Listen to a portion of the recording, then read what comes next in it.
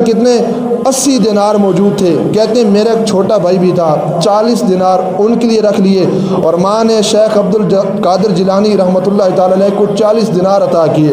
پھر ماں نے ایک وصیت کی, کہا بیٹا یہ 40 دینار ہے, تمہاری قمیض کے اندر میں اس کو سلائی کرتی ہوں, لیکن وصیت کرتی ہوں مرتے مر جانا لیکن کبھی جھوٹ نہیں بولنا.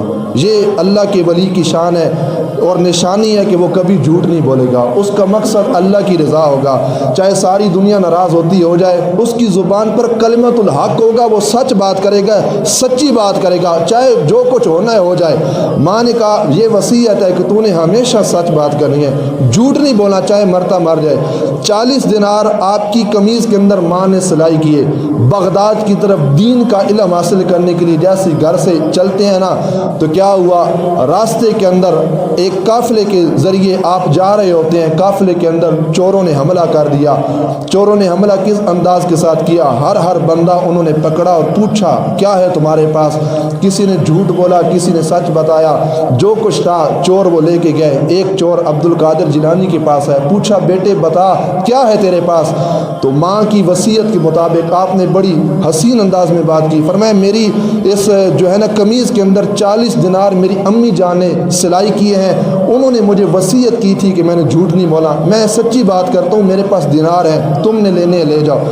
ڈاکو اور چور ان کو یقین نہ آیا کہ بچہ ہے, اور پھر اتنے انداز میں سچائی. آج اگر ہمارے پاس کوئی بندہ پوچھے تمہارے پاس کیا ہے, جیب میں اگرچہ پیسے مال دولت موبائل موجود ہو, ہم یہی کہیں گے ہمارے پاس کچھ نہیں ہے, لیکن ماں کی ایک وصیت تھی اور اس پہ عمل کرنا آپ کا اعلیٰ ترین حق تھا.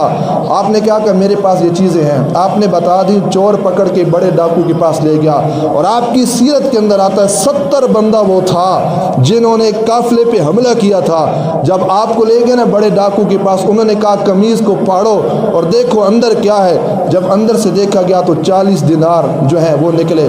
ڈاکو حیران ہو گئے, انہوں نے کہا کہ ہم نے اس اللہ کی بات کو نہ مانا. اے عبد القادر جیلانی تو ماں کا اتنا حق ادا کرتا ہے, پتہ نہیں تو رب ذوالجلال کا کتنا حق ادا کرتا ہوگا.